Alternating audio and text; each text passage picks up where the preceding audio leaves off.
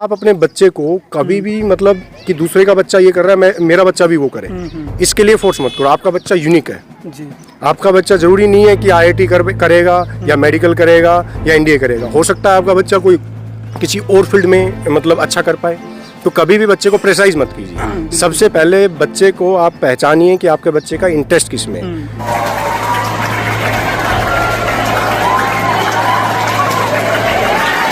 Management होता है उसका सर्वप्रथम ये काम है कि वो एजुकेशन के लिए अच्छा इंफ्रास्ट्रक्चर खड़ा करे। जो बच्चों को ज़रूरियात है जो चीज़ चाहिए उसका उसके साथ जो टीचर हैं अच्छे टीचर तो मिल जाते हैं पर उनका माहौल बनाना उनसे काम अच्छा कर सके उनको फैसिलिटी प्रोवाइड करना तो ये सब मैनेजमेंट का काम है। स्कूल टीम का टीचर्स का की मेहनत है वो शुरू से लगे हुए थे।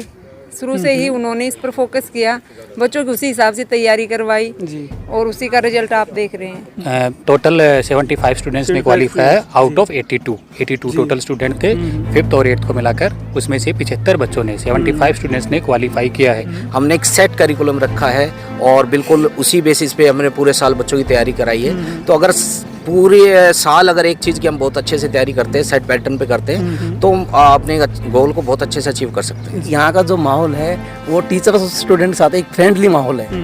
यहाँ जो भी बच्चे आते हैं अपनी सब कुछ समस्याएं जो है अदर स्कूल के कंपेरिजन करते हैं तो यहाँ का जो माहौल है वो बिल्कुल एक फ्रेंडली है। हमारी प्राइमरी विंग है उसको हमने एक सुंदर सा नाम दिया है शिशु वाटिका और हम पूरी कोशिश कर रहे हैं कि बच्चों को इस स्टेज में हम अच्छे से संस्कार दें मोरल वैल्यूज़ दें जिससे कि वो आगे आने वाले समय में एक सही रास्ते पे चल सके। लास्ट ईयर 5th क्लास की बात करूँ तो मैं हाईएस्ट 208 थे बट इस बार हम 263 पे पहुँचे हैं। तो एक्सपीरियंस कहीं ना कहीं मैटर करता है और जो हमारी पौध नीचे से तैयार होके आ रही है वो बहुत ही आउटस्टैंडिंग है। और सैनिक स्कूल ही नहीं आगे आप जेई मेंस का भी मेरा रिजल्ट देखेंगे तो जो मेरे क्लासरूम सिलेक्शन है वो 7 है।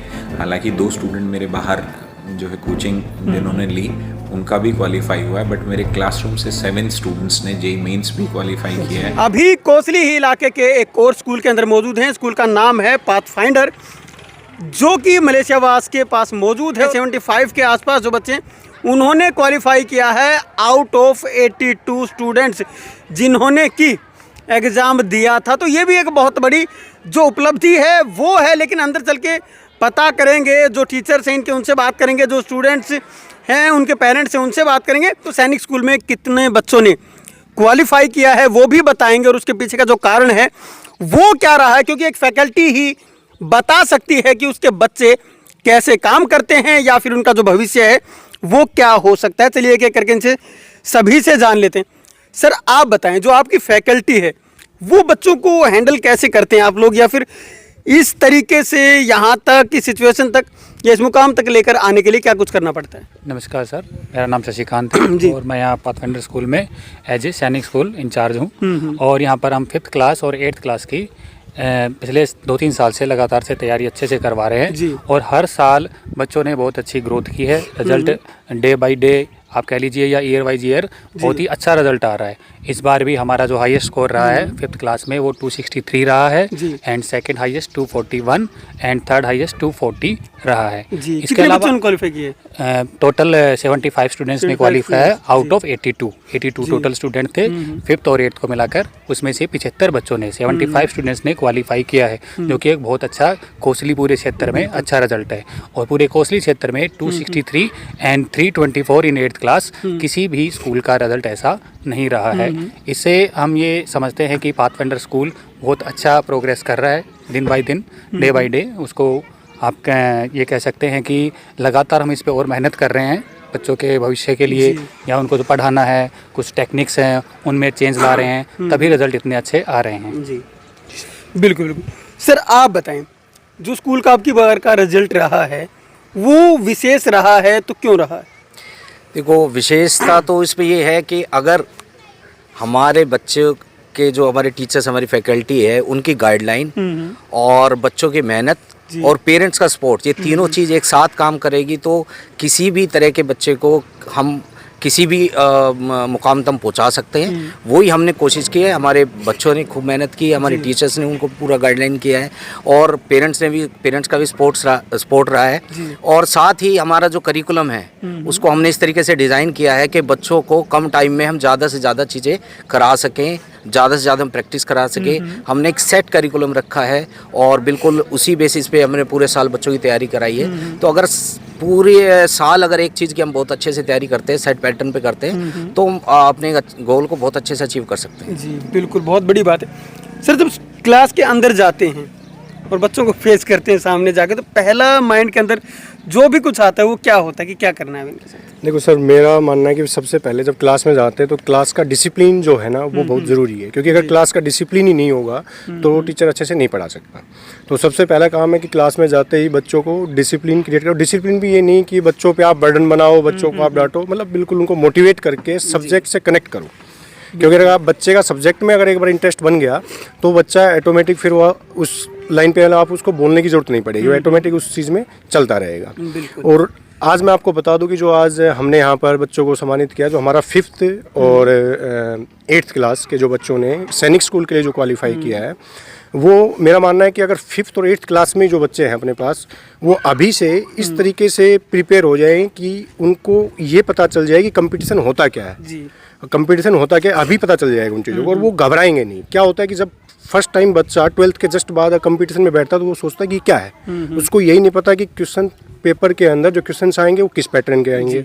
तो हम यहाँ पर 5th क्लास से ही बच्चे को प्रिपेयर कर देते हैं, ताकि जब वो 9th में, 10th में, 11th, 12th में 4 साल और अच्छे से प्रिपेयर करेगा तो जब 12th के बाद जब वो कहीं पर भी जाएगा तो उसको कभी भी कंपटीशन से कोई डर नहीं रहेगा। उसको पता होगा कि 1 मिनट के अंदर क्वेश्चन को कैसे अटेम्प्ट करना है। हर क्वेश्चन पेपर का पैटर्न अलग होता है हर एग्जाम का। और मैं यहाँ पर एज ए केमिस्ट्री फैकल्टी हूँ, तो हमने 9th और 12th क्लास के अंदर, 9th से 12th क्लास के अंदर DNA कोचिंग क्लासेस हमने स्टार्ट की हैं पिछले साल। और इस साल जो रिजल्ट आया JEE मेन का, वो हमारे 7 बच्चों ने क्वालिफाई किया है JEE एडवांस के लिए। और उसमें परसेंटाइल, मतलब इस लेवल तक की परसेंटाइल है हमारी कि इस परसेंटाइल के बेस पे बच्चे NIT के अंदर एडमिशन ले सकते हैं किसी भी कोर्स में। ये अच्छी और ये सिर्फ और सिर्फ ये नहीं कि हमारे बच्चे, कुछ क्या होता है कई बार कि बच्चा बाहर पढ़ रहा है और स्कूल में एडमिशन ले रखा है और फिर हम उसको नहीं, टोटल यहीं पर हमारे पास 7 बच्चे थे, यहीं पर उन्होंने क्लासरूम के अंदर ये स्टडी की है और वही रिजल्ट है ये अपना। और साथ में मतलब इस स्कूल की ये खासियत है कि यहाँ पर जो डायरेक्टर सर हैं, जो अपने संदीप यादव सर हैं, वो क्या करते हैं कि मतलब वो डायरेक्टली हमसे कनेक्ट होते हैं, ना हमें कभी परेशान करते कि आप अपने चीज़ों को लेके आप अपने रिजिड रहिए, जो आपको दिया गया है उस पर उसको फॉलो कीजिए। और 15 दिन में या 1 वीक में वो हमसे रिपोर्ट लेते हैं। और ना ही कभी ये करते हैं मतलब हमें किसी चीज़ों के लिए कोई बाउंडेशन नहीं है कि आपको यही करना है, आप अपने हिसाब से कीजिए, हमें रिजल्ट चाहिए। और सबसे प्रायोरिटी हमारे स्कूल की है डिसिप्लिन। और मैं सभी मतलब आसपास के जितने भी मतलब पेरेंट्स हैं उनसे ये भी चीज़ कहना चाहूँगा कि आप अपने बच्चे को कभी भी मतलब कि दूसरे का बच्चा ये कर रहा है मेरा बच्चा भी वो करे, इसके लिए फोर्स मत करो। आपका बच्चा यूनिक है, आपका बच्चा ज़रूरी नहीं है कि IIT करेगा या मेडिकल करेगा या NDA करेगा। हो सकता है आपका बच्चा कोई किसी और फील्ड में मतलब अच्छा कर पाए। तो कभी भी बच्चे को प्रेशराइज मत कीजिए। सबसे पहले बच्चे को आप पहचानिए कि आपके बच्चे का इंटरेस्ट किस में है। टीचर्स पे विश्वास कीजिए, टीचर से बात कीजिए कि मेरा बच्चा सही लाइन पे चल रहा है। पढ़ाई सब कुछ नहीं है कि सही लाइन पे चल रहा है, मतलब बोलने में सही है, चलने में सही है। अगर मैं देसी भाषा में बोलूँ तो सबसे पहली चीज़ वो है। कामयाब तो वो अपने आप हो जाएगा, ये मैं मतलब डेफिनेटली, अगर वो सही रास्ते पे चल रहा है। तो कभी भी बच्चे को प्रेशराइज मत करो, क्योंकि बहुत सी चीज़ें हम सुनने को मिलती है कि बच्चे ने ये मिस हैपनिंग होगी, बट हम यहाँ पर बिल्कुल फ्रेंडली माहौल प्रोवाइड करते हैं। क्लास के अंदर कोई किसी प्रकार की मतलब कोई पिटाई नहीं, कोई किसी प्रकार का मतलब पनिशमेंट नहीं, बिल्कुल फ्रेंडली सब्जेक्ट से कनेक्ट करने की कोशिश करते हैं।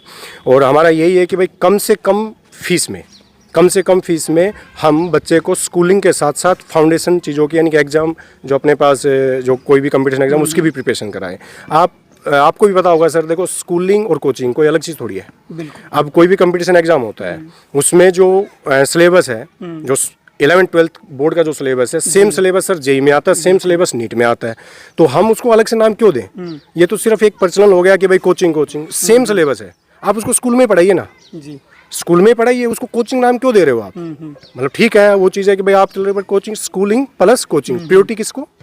स्कूलिंग को, और देन कोचिंग। क्योंकि 12th क्लास तक बच्चे का अगर जो हमने बेस अच्छे से नहीं बनाया ना, तो वो कामयाब नहीं हो पाएगा सर।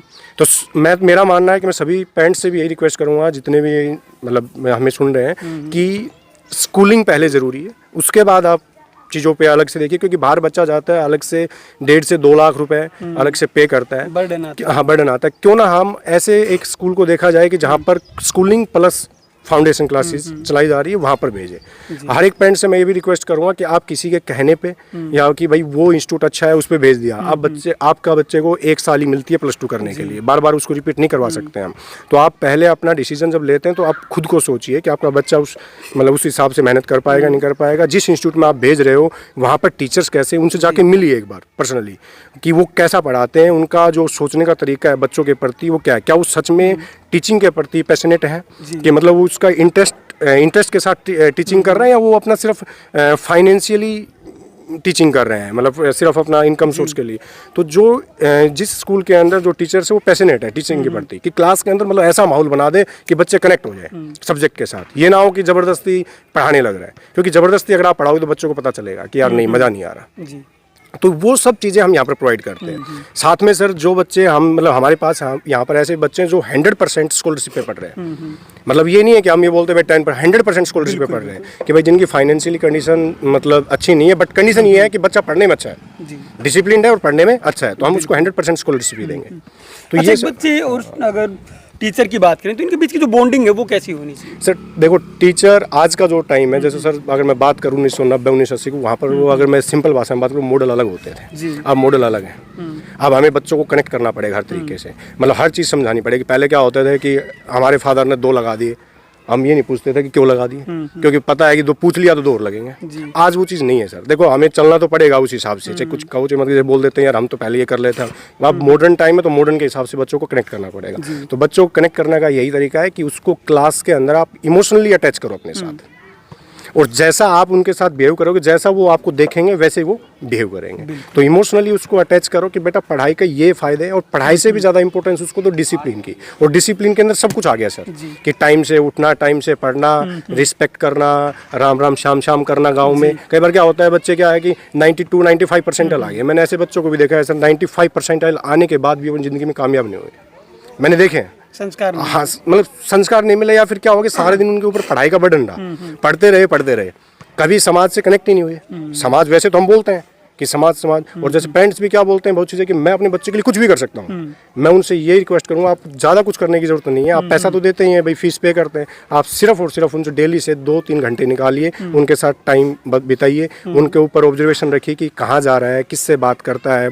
स्कूल के बाद, स्कूल में हमारे पास है वो हमारा काम है, ठीक है, तो उस बाहर कहाँ पर जाता है, फ़ोन में ये जो मोबाइल फ़ोन यूज करता है, तो इसमें ये क्या क्या एक्टिविटी करता है, मतलब थोड़ा सा पेरेंट्स से हम यही चाहते हैं कि वो भी बच्चे के ऊपर जितना हम कर रहे हैं उतना ही वो फोकस करें। सर स्पेशली तो मुझे लगा कि ये लोग सिलेबस के अकॉर्डिंग ही फोकस करते हैं। ये नहीं है कि मतलब मेन जो होते हैं टॉपिक्स उनको लेकर उनके बच्चों के जो कंसेप्ट होते हैं उसको क्लियर करते हैं, डाउट्स होते हैं उनको क्लियर करते हैं, मोटिवेट करते हैं। और सबसे अच्छी जो चीज़ है वो ये है कि मेंटली बच्चा प्रेशर में नहीं रहता, उसी हिसाब से बच्चों की तैयारी करवाई जाती है। डिफरेंट ये है कि यहाँ का जो माहौल है वो टीचर और स्टूडेंट के साथ एक फ्रेंडली माहौल है।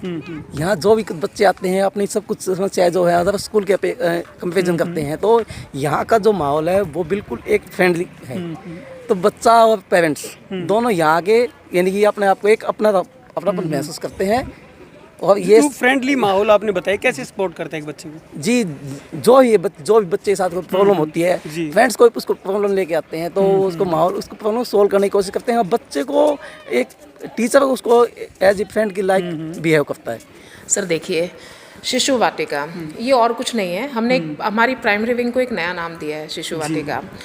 इसके थ्रू हम ये बताना चाहते हैं पेरेंट्स को कि जैसे एक शिशु होता है ना, he is the purest form of lord Brahma, है ना। तो this is the stage when the soul and mind are pure. तो इस स्टेज में क्या होता है कि हम बच्चों के अंदर जो वैल्यूज़ हैं, वी कॉल दैट संस्कार, उसका जो प्लांटेशन होता है वो बहुत ही क्विक हो जाता है। हम बहुत आराम से इस स्टेज में बच्चों को मोरल वैल्यूज़ का लेसन दे सकते हैं। तो इसलिए हमने यहाँ पे हमारी प्राइमरी विंग है उसको हमने एक सुंदर सा नाम दिया है, शिशु वाटिका। और हम पूरी कोशिश कर रहे हैं कि बच्चों को इस स्टेज में हम अच्छे से संस्कार दें, मोरल वैल्यूज़ दें, जिससे कि वो आगे आने वाले समय में एक सही रास्ते पे चल सकें। तो इसके लिए कोई नया तरीका भी निकाला आप लोगों ने, या फिर कुछ इसके पार्ट्स भी निकाले, कैसे क्या होगा? सर, इसके लिए हमने नया तरीका ये निकाला है। किसी भी बिल्डिंग की फाउंडेशन के लिए उसका स्ट्रॉन्ग बेस होना बहुत ज़रूरी है ना। अगर फाउंडेशन ही अच्छी नहीं हुई तो बिल्डिंग बहुत जल्दी कोलैप्स कर जाती है। तो हमने सबसे पहले अच्छे टीचर्स हायर किए जो बच्चों को उनकी तरह समझ के, कि देखिए छोटे बच्चे होते हैं, उनको उनके लेवल तक जाकर समझना पड़ता है, तब कहीं जाके हम बच्चों को पढ़ा पाते हैं।